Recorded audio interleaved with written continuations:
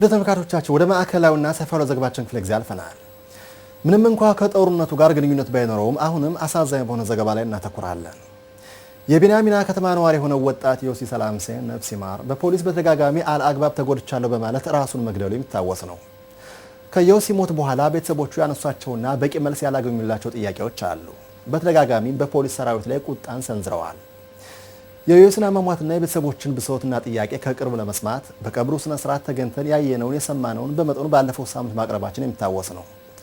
አሁን ደግሞ ሙሉውን ዘገባ ይዘን ቀርበናል። የዘጋቢያችን እስራኤል ፈቃዱና ባልደረቦቻችን ዘገባ ነው።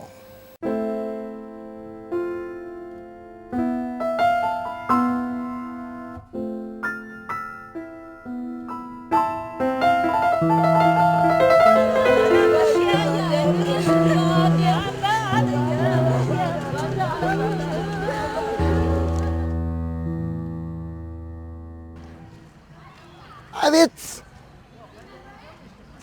እንዴት ነገር ያለው ልናገር ያቅተያለው ማለት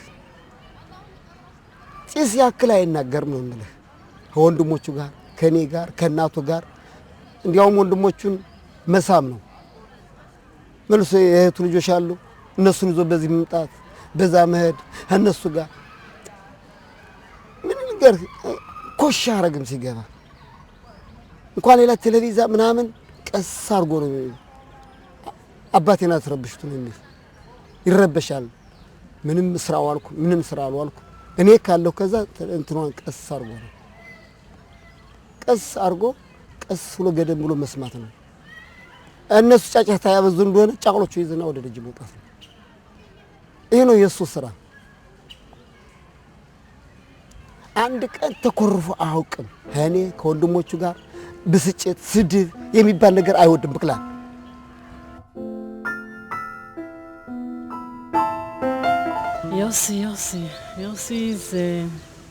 ዮሲ በጣም ግሩም ልጅ ነው።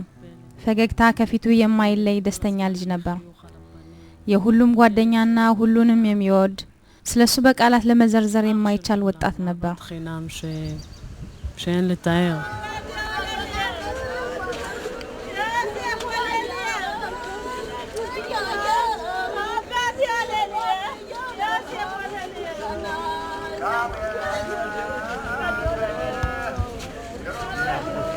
ቅዳሜ ቀን ነው እቤቱን ተኝቶ ያለ ቀኑ ሁላ ተነስቶ በልጦ ሲያውቃ ዙሮተኛ ጥቂት ደግሞ ተጫወተ አብሮ እኔ ዛነዚህ ጓደኞች ወጥቼ ጓደኞች ጋር ሲጫወት እኔ ተመልሼ ሰድ እሱ ወጣ وكان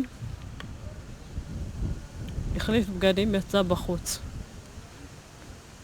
ከተቀመጠበት በመነሳት ወደ ውጭ ሲወጣና ልብስ ሲቀይር እናቴ ዮሲ የት ልትሄድ ነው በማለት ጠየቀችው። በፈገግታ እናቴ አትጨነቂ እዚህ ነው በማለት ያዘጋጀውን ቡና ይዞ ሲወጣ ራስክን ጠብቅ ብላው ወርዶ ሄደ። በመስኮት ብቅ በማለት ዮሲ ና ከኛ ጋር ተጫወት በማለት ጠራሁት። እሱም ከጓደኞቼ ጋር ነኝ ትንሽ ተጫውቼ እመጣለሁ ሲለኝ አይ ያንተ ጓደኞች በማለት መለስኩለት።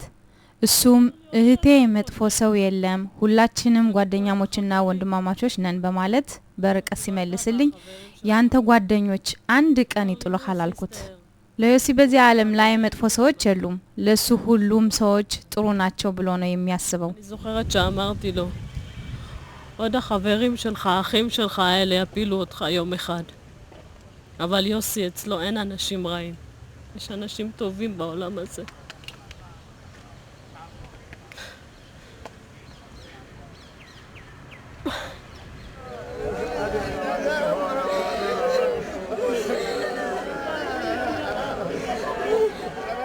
ቅዳሜ ማታ ታውቁታላችሁ እኛ ቡና ፈላነ ጠጣነ ባልጆቹ ጋር ነው የሚጫወት ያለ ብለን ከዛ ቆይተ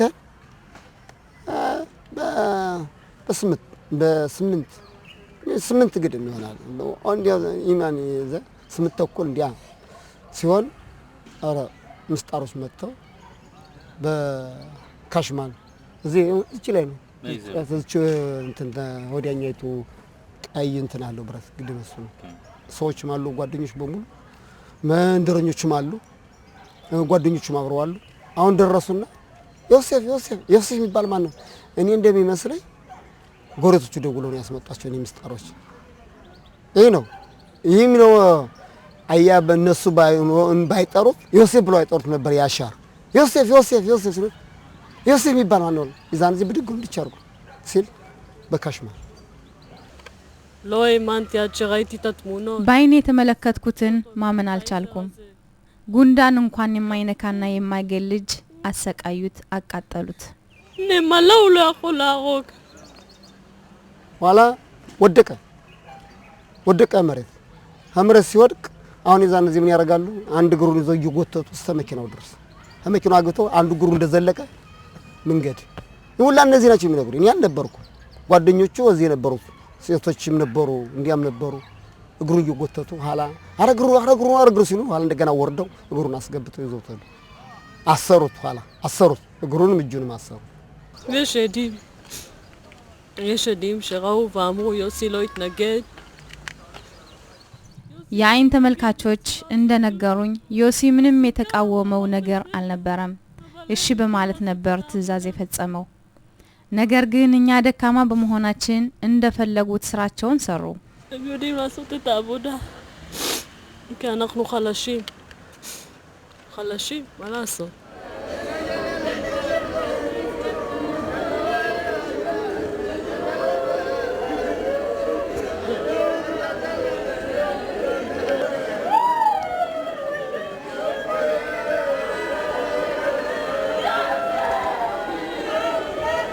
באו ואמרו לנו, אחת השכנה.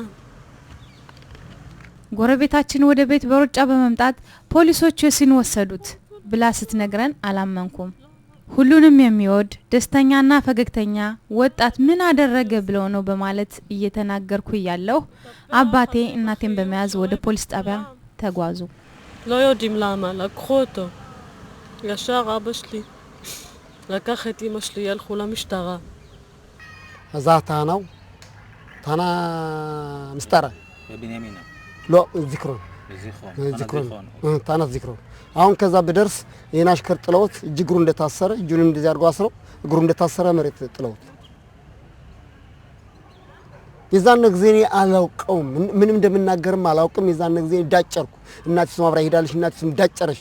የዛን ጊዜ ስንዳጨር እንዳሉ ግልፍ ጥለው ወጡ። እዛ ያሉት ፊት ብቻውን ጥለውት ገብቶ ነበር። הגעתי מהעבודה ישירות, אני שמעתי על זה והגעתי ישר. ከስራ እንደተመለስኩ ስለ ሁኔታው ሰማሁ። እኔም ወደ ፖሊስ ጣቢያ በመሄድ ወንድሜ በዚክሮን ፖሊስ ጣቢያ ልጋግ በልጋግና ምራቅ ብቻ ሆኖ ወለል ላይ ተዘርሮ ተመለከትኩት። ወንድሜ በጭንቀት ላይ ነበር። በጣም ነበር ያስፈራሩት። ደንግጧል። እንባ በእንባ ነበር። አቅፌ እወድሃለሁ በማለት ስሜቴን ገለጽኩለት። ውስጤ በጣም አዘነ። ወደ ፖሊስ በመሄድ ለምን ምን አደረጋችሁ በማለት ጠየቅኩ። ሊደበድበን እጁን አነሳ በማለት መለሱልኝ። አንድም ቀን ከሰው ጋር ተጣልቶ አያውቅም። ሰውን መውደድ እንጂ መጉዳት ባህሪው አይደለም።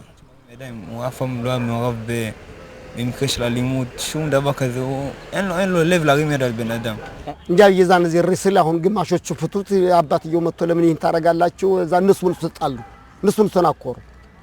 አሁን ለምንስ እንዴት አመጣችሁ ከቤት አግታችሁ ማታስሩት?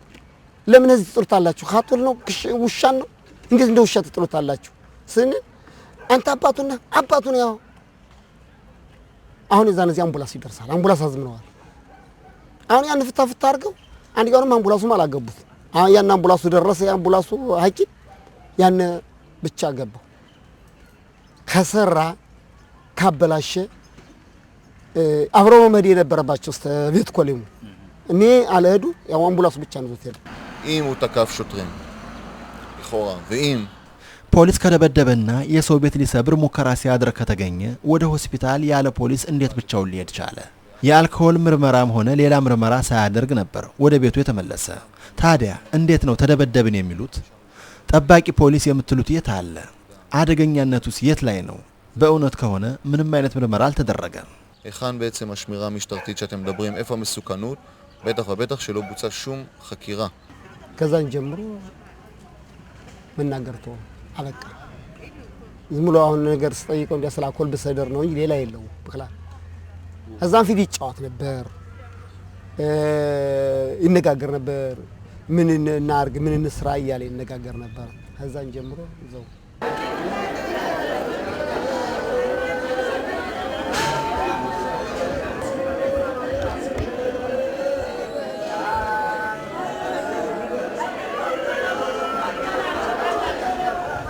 בחודשים האלו הוא בקושי חייך, צחק, דיבר, בקושי אכל.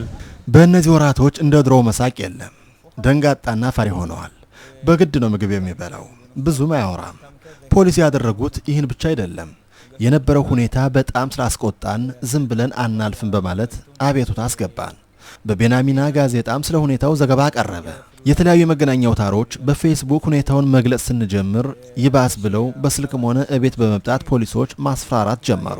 להפריד וללחוץ על הבית, והגיעו שוטרים לבית ואימו עליו, והיו מתקשרים אליו אפילו לנייד והיו לוחצים עליו. אני מלווה את המשפחה מאותו יום ארור של אותה שיחת טלפון בחצות ו30. לפני 4 חודשים. לפני כ4 חודשים. ይህ በደል በደረሰበት ከሌሊቱ ከ12 ሰዓት ተኩል ጀምሮ ተበዳይ ቤተሰቦችን አብሬ በመሆን ሁኔታውን እከታተላለሁ።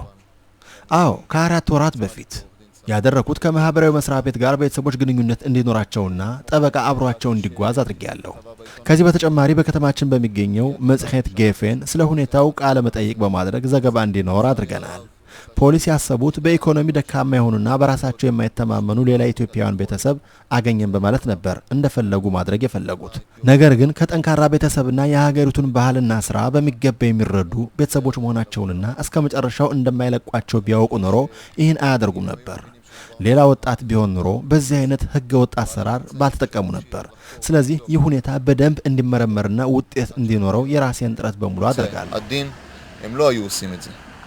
אני לא מאמין שהם היו מתנהגים בברוטליות גסה כזו לילדים אחרים, ולכן אני בא ואדאג לכך שימשיכו ויחקרו את הפרשה הזאת עד תומה. זה לא סיפור של 4 חודשים, זה סיפור. ይህ ሁኔታ ከ4 ወራት በፊት ሆኖ ያቋረጠ አይደለም። በየጊዜው ፖሊሶች እቤት በመምጣት ያስፈራራሉ። 2 እና 3 ሳምንታት በፊት ወደ ቤት በመምጣት ዮሴፍ የት አለ በማለት ቤቱን በሙሉ ገለባብተው 12 ፖሊሶች በመምጣት ቤትክን እንገለባብጧለን የሚል ዛቻቸውን በመደርደር ወላጆችን በመገልፈጥና በመናገር ነበር ከቤት የወጡ። ለመሆኑ ለእነዚህ ትልቅ ወላጆችና ከልጆች ፊት እንደዚህ ይባላል? እነዚህ ፖሊስና ህግ አስከባሪ ናቸው? ይህ ውንብድና ነው። זה להיות עבריינים.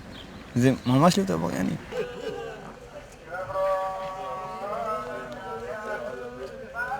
זה הפסקה שכולם יוצאים להפסקה של חצי שעה לאכול.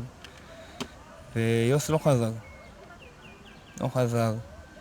ועברה שעה וחצי, והבחורה לא הבינה. ሰራተኞች በሙሉ ምሳ ለመብላት የሚወጡበት ሰዓት ነበር። ዮሲ ወደ ስራው አልተመለሰም። ግማሽ ሰዓት ከዛም 1 ሰዓት ሲሆን ወደ ዋናው አለቃ በመሄድ አሰሪዋ የዮሲን አለመመለስ ተናገረች። ከቀጥሩ 4 ሰዓት አካባቢ ጓደኛው በመደወል ወንድም ስራ ቦታ አይደለም በማለት ነገረኝ። እኔም ወደ እናቴ በመደወል ጠየቅኳት። እናቴም ከእሷ ጋር አለመሆኑን ነገረችኝ። ከስራ ቦታ ከጧቱ 11 ሰዓት ተኩል ወጥቶ እንዳልተመለሰ ጓደኛው ደውሎ እንደነገረኝ አስረዳኋት። לא יודע, התקשרתי לאמא, אמא, יוסף איתך? לא איתי. של האמא שמי... התקשרו אליי מהעבודה של יוסף, אמרו לי שהוא לא סיים את העבודה, הוא חתך ב11:30 ולא חזר. ገና ምስጣር ሳልደውል ወርጄ ሄድኩ ፍለጋ ዝም ብዬ። አሁን በዛ ሱቆች አሉ ደግሞ ፈላፈል አሉ። እነዛ ሄጄ ብጠይቅ አላየነውም አልመጣም ምናምን አሉ። እንደገና ዙሬ መጥቼ ምን ለምስጣራ ደወልኩኝ መጡ። ጥቂት ዟዟርና እነሱ ጋራ ኋላ ገብተው በል እንግዲህ ትዳዞቱን ወላ ይሄን ተሰጠናል ብለው ቴሌፎን ቁጥሩን ያን ሁላ ጣጥፈው አሁን እሱ ቤንያሚን አልወጣም ዛሬን ቀን አግኝተነው እናራልና ደግሞ ደስታ መሰለኝ እንግዲህ ወይም እነሱ አገኙት ሊያገኙት ነው ወይም ባንዱ አድሮ ደግሞ ይመጣ ይሆናል ነው ሐሳቤ። ግን ወጥቶ አውቅ በዚህ አምሽቶ ቤቱ ነው ገብቶ የሚያድር። הגשנו תלונה למשטרה, אבל אנחנו... ለፖሊስ የዮሲን መጥፋት በመናገር የራሳችን ፍለጋ ጀመርን። ከዚህ ሁሉ አለመግባባት በኋላ በፖሊስ ምንም እምነት ስላልነበረን ራሳችን በቤንያሚን አካባቢ በሙሉ ፈለግ ነው። አይናችን ለተወሰነ ጊዜ ኳስ አንከድን ቀን ከሌት በማሽተት የሚፈልጉ ውሻ ኃይል ጨምረን በመምጣት ፈለግን። ለመተኛት የግዴታ የእንቅልፍ መድኃኒት አስፈልጎን ነበር። መተኛት አልቻለንም። በእውነት ዮሲ ይመለሳል የሚል ትልቅ ተስፋ ነበረኝ። ለተወሰነ ጊዜ ብቻውን በመሆን ራሱን ሊያረጋጋ ነው ብዬ ነበር ያሰብኩት። ዮሲ ደስተኛ አልነበረም። በጣም ተሰቃይቷል። ምንም እንኳ አይዞህ እኛ ከጎንህ ነን እንወድሃለን ብለን ብናበረታታውም ውስጡ በሐዘን ተጎድቷል።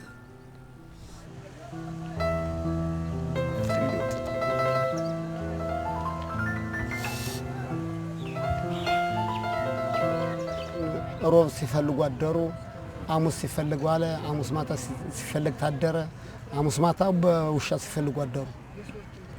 አሁን በበነገታው እኔ ባለጋና አደረኩ አረም ማልዳ እስከዚህ ድረስ ቢናሚና ውስጥ ነው ይያሉ እንደዚህ አርገው ለምን እንኳን ይሄን ነገር ሌላ ስንት ነገር ፈርፍሮ የሚያወጡ ለምን ስለዛን ጊዜ ተነጋግረው አየር አመት ባየር ታረጋዋል እንግዲህ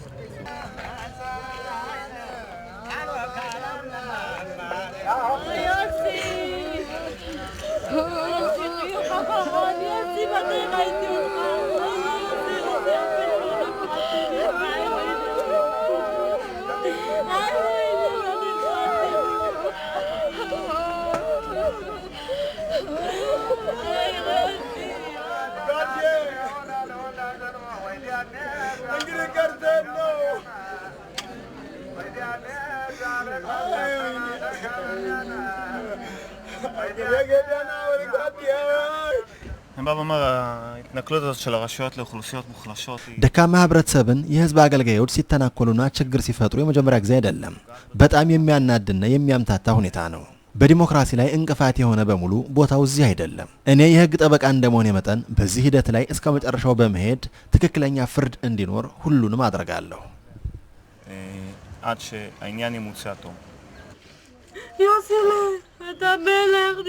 ለኛ ዮሲ ንጉሳችን ነህ ሁሌም በልባችን ትኖራለህ ሁሌም እንወድሃለን ምን ያህል ሰዎች እንደሚወዱህ ተመልከት የኛ ዮሲ ሁላችንም እንወድሃለን יזכך ברוך האהוב שלי